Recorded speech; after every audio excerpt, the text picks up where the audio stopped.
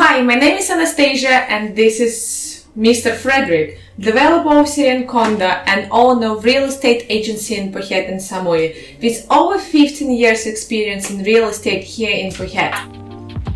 Thank you. Welcome.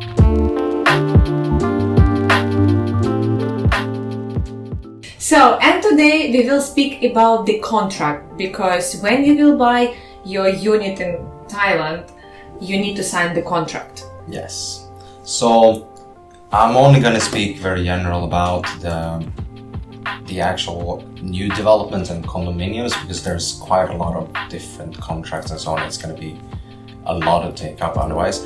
And this is not really a replacement to consult a lawyer or anything. It's just tips and advice. So if you have any doubts or anything, I still recommend that you consult a lawyer or a legal advisor of some kind, right?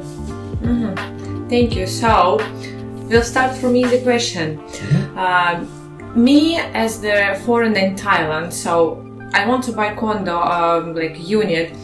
So can I sign the contract without lawyer, or I have to get one? You don't have to use a lawyer if you know your rights, if you know juristic English and so on, and you can understand the contracts. Then sure, you can sign without a lawyer. You don't need to go to a lawyer, or if you know someone like yourself that actually knows the rules and regulations and so on, right? And you can consult that person, right? So you don't have to use a lawyer, no. Fred, with your experience, you read millions of the contract. So can you please share with us for which clauses we have to put more attention for?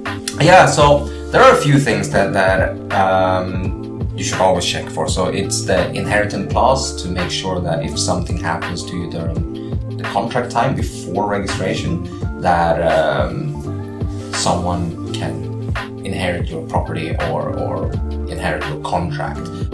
You also have to check if for a timeline there should always be like specific dates to when the project will be completed, when the transfer will happen, and the different stages, right? So that it has to be a specific date when they will actually give you and be done with everything, right? So it doesn't just say, oh, we'll give you one whenever. Somehow, somewhere.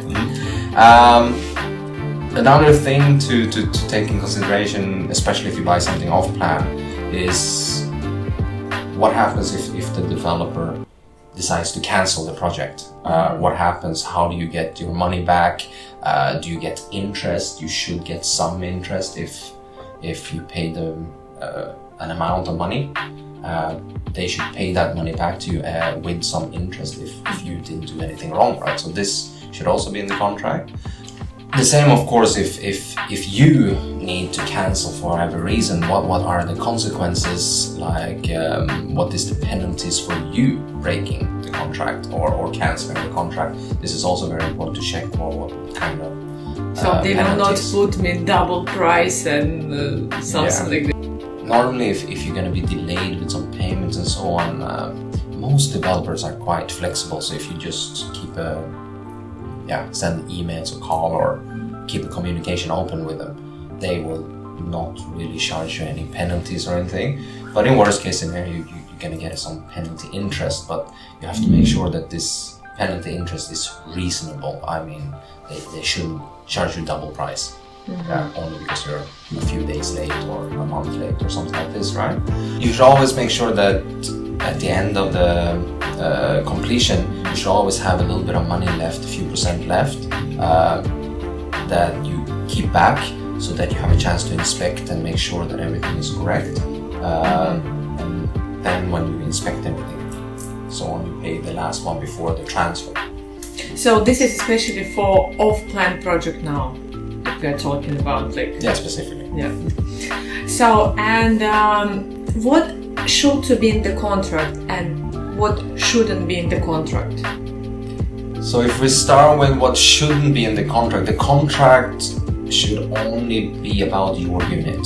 So anything that has to do with furniture or any type of rental or investment programs and so on should not be in the main contract. That should be in separate contracts. They usually give you a contract for the unit, and then a separate contract for the furniture, and a separate contract for whatever rental programs and so on they have. So those should be separate and not together. In the main contract, it should only be the unit that you're buying. It should not include the furniture. It should not include any rental programs or investment programs and so on. So normally you will have one contract that's the main contract for the unit, and then you will have a separate one for the furniture and a separate one for your rental programs or whatever. So those should be kept separate. Another thing that shouldn't be in the contract is any foreign languages. The contract should be in English or in Thai. Yeah. So sure, you can translate the contract into Russian or to Chinese or whatever language you prefer, but in the end it's going to be either a contract in English or in Thai.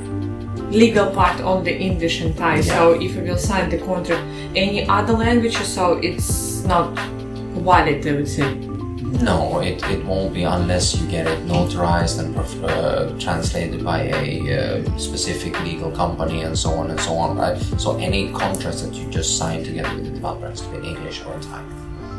Okay, thank you for this. Another thing that's very important to make sure that it's in there, right, is the company papers, of course. So you have to make sure that you can get the papers so you see that they have a legal company set up and so on, right? And of course also the land title deeds, so you can see that they own the land and that they have the right to develop on this land. Yeah, that's extremely important as well, right? Also, always make sure that you have the unit specifications and the building specifications, so you know if you buy something off plan that you know what kind of quality and design and so on that you can expect. So if, for example, in the contract I don't have DBD or land deed, so is it mean something or? Not necessarily. It could be that either they forgot to put it or something like this, but you could easily just request for it, and it doesn't have to mean that anything is wrong, but if they cannot provide it or they won't provide it, you should probably see this as a little red flag and be a little bit extra cautious. Also make sure that you have all of the specifications about the unit that you're buying, so you know if you're buying, how many square meters and all of this, and a actual unit plan. Also over the building, so that you see what everything should be and what you've been promised. You should also save all of the brochures or videos or any type of advertisement that you've seen about the project, because by Thai law, all of these are automatically counted as a part of the contract, even if they're not physically part of the contract. Fred, there is any questions which I can ask developer and understand that everything is going okay? Like what questions I can ask developer and understand, and to be sure that yes, this guy will finish the project. Is the project built by Fredrik? This guy. Of course, there's no magic question that you can ask and make sure everything is okay, but there are a few things that you probably should ask. So, first of all, of course, do you own the land, and is it mortgage free? Because that's the collateral, that's the guarantee that you have as a buyer when you buy it. That's one of the most valuable things that the developer has, right? Because if you're buying it off plan, you're literally just walking away with a piece of paper in the end. So at least they have to own the land, and if they don't, you have to at least see some papers that they're in the process and that they have the right to develop on the land, and that they have the right to sell the land or the project on it. If they're in the process to actually buy the land or something like this, then you at least need the papers that proves this, and that they have the right to already starting to selling and developing this land. Yeah. from the current owner. Yeah, that's the bare minimum. You should also ask about the environmental papers. So there's two different. One is the EIA and the IEE. You're going to be needing one of them depending on the size of the project. So without this permit, you cannot get the building permit. So many people, they don't have it yet, but at least they should have applied for it. So this is a very good question to ask. So have you applied for it? Are you in the process to? And what happens if you fail to get it? So because then you can't get the building permit. And another thing that you can ask for as well is just ask if they have any delays or if they're on track as it is. I mean, a delay doesn't necessarily mean that something is wrong or is negative. It might be a necessity in order to make sure that the project gets done properly. But ask if they have any delay. Has there been any delay? Has there been any hiccups throughout the process so far? That gives you a very good indication if they will complete in time. If not, then at least you have an idea how long it will take them extra. Right? So these are three questions that I would always recommend you to ask. Mm-hmm. And can, for example, buyer request for the changes in the contract without lawyer? Because like sometimes like you cannot because like you don't know the law and something like this. Of course you can request it. It doesn't mean that the developer has to agree to it. Mm-hmm. They have the right to accept or deny your request, right? Unless, of course, like I said, there are certain things that you have the right to demand that it should be in the contract. But you can always ask. Nothing wrong with asking. Delete the price. Yeah, whatever. So, of course, you can always ask. You don't have to have a lawyer.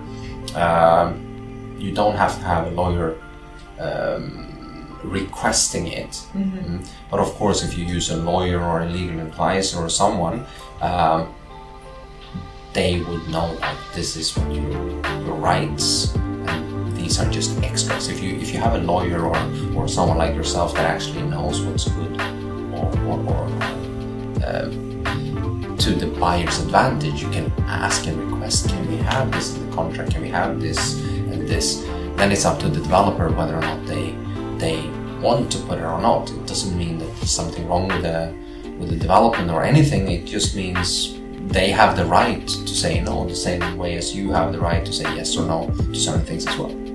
So meaning developer and buyer, both of them they have rights to change, or both of them they have rights to say, for example, no, because the contract it's kind of in the middle to protect both of the sides, and they cannot like this is my part of the contract and it's only like this is my part of the contract, it has to be protect only me. So the contract has to protect both of the sides. Exactly, it should be balanced, right? Mm-hmm. Yeah. Fred, there is any tough stuff in the contract for leasehold or freehold what buyer have to know or have to check?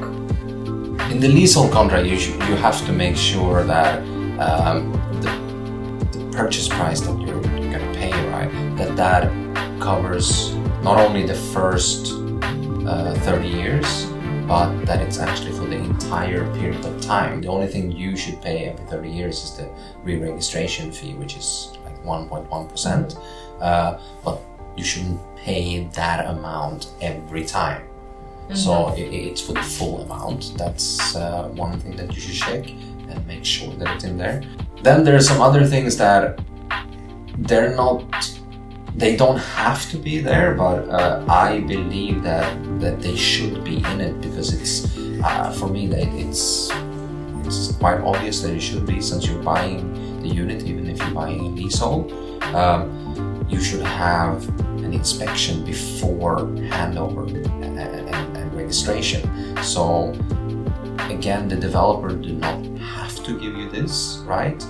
But I believe that it should be standard. Yeah, you should be able to see what it is that you bought, right, before the final transaction and final payment. Mm-hmm. Yeah.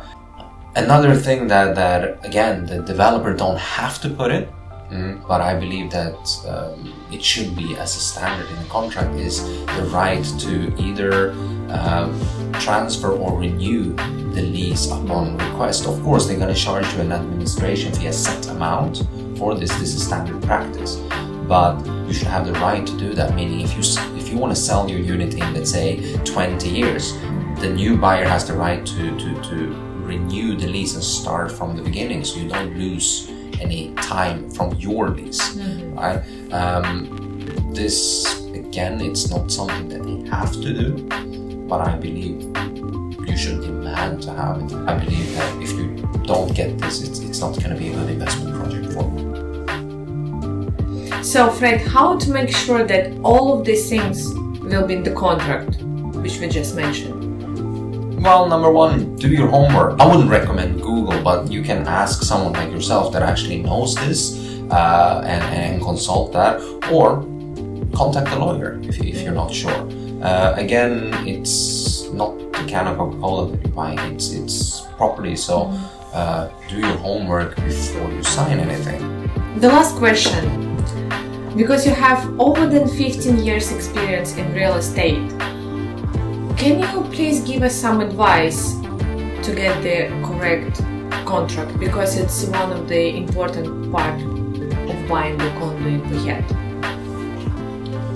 Well, always make sure that you know what you're getting yourself into. Make sure that you understand the contract. So if you have any language barriers or any issues like this, spend a little bit extra money, get it translated to make sure that you understand. Or, like I said, you can either contact a lawyer or a legal advisor, consultant of any kind that can double check and make sure that everything is correct. That's the only advice.